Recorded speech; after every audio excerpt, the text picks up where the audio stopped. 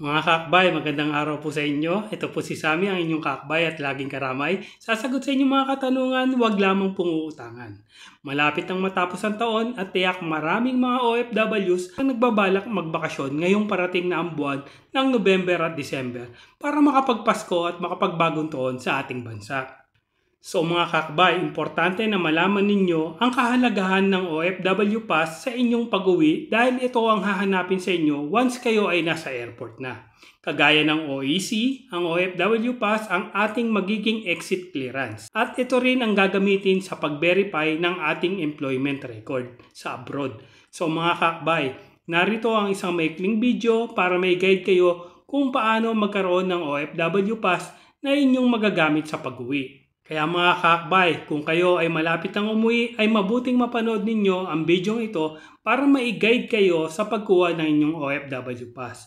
But please mga kakbay, do not forget to subscribe to our channel and hit the notification bell at pakishare na din po para mas maraming makaalam tungkol dito.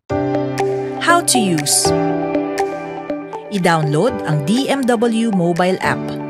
Pagbukas ng app, i-click ang login at i-type ang e-registration account details. Kapag nakatanggap ng ganitong mensahe, i-click ang register. Mag-register gamit ang mobile number at i-click ang next. Hintayin ang OTP o one-time PIN na matatanggap sa mobile number.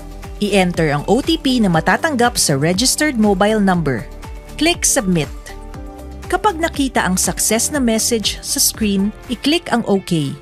Ang susunod na makikita ay ang Data Privacy Policy. Hinihikayat na ito ay basahin at unawain. Pagkatapos, i-click ang Accept. Matapos mag-register o mag-login, maaari nang mag-apply ng OFW Pass. Ang unang step ay ang passport verification. Para sa ID type, piliin ang passport at i-click ang Continue. Sunod, i-click ang Allow para magamit ang camera ng mobile phone sa pagkuha ng passport. I-click ang Continue. Ihanda ang passport. Click Continue. I-scan o kunan ang passport. Siguruhing nasa loob ng kahon na nakikita sa screen ang inyong passport. Sunod, i-click ang Continue. Hintayin matapos ang passport verification process. Pagkatapos ng passport verification, mag-selfie. Huwag gumamit ng flash. Siguruhin din na nasa loob ng bilog ang buong mukha at malinaw ang inyong picture.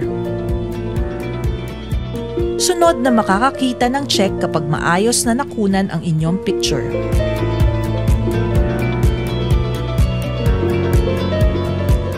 Kapag natanggap na ng system at nag-match ang passport at selfie, magkakaroon na ng OFW Pass account na may lifetime ERN. Para makita ito, i-click ang View OFW Pass. Para maging active at magamit ang OFW Pass sa paglabas ng bansa, kailangan din na i-scan ang visa for verification. Maaari itong magawa sa dalawang paraan. Una, sa pamamagitan ng pop-up notification na lalabas sa OFW page matapos gumawa ng OFW Pass account. Para naman sa matagal nang may account ngunit wala pang inilalagay na visa sa DMW mobile app, maaaring pumunta sa requirements page ng app at i-click ang visa.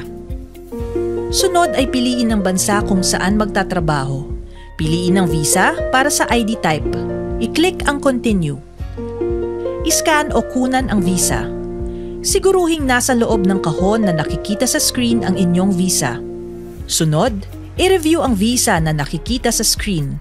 Siguruhing malinaw at nababasa ang mga detalye nito. Sunod, i-click ang Continue. Hintayin matapos ang visa verification process. Kapag natanggap na ng system ang visa sa account details, maaari nang magamit ang OFW Pass para makalabas at makapasok sa Pilipinas habang nagtatrabaho sa ibang bansa.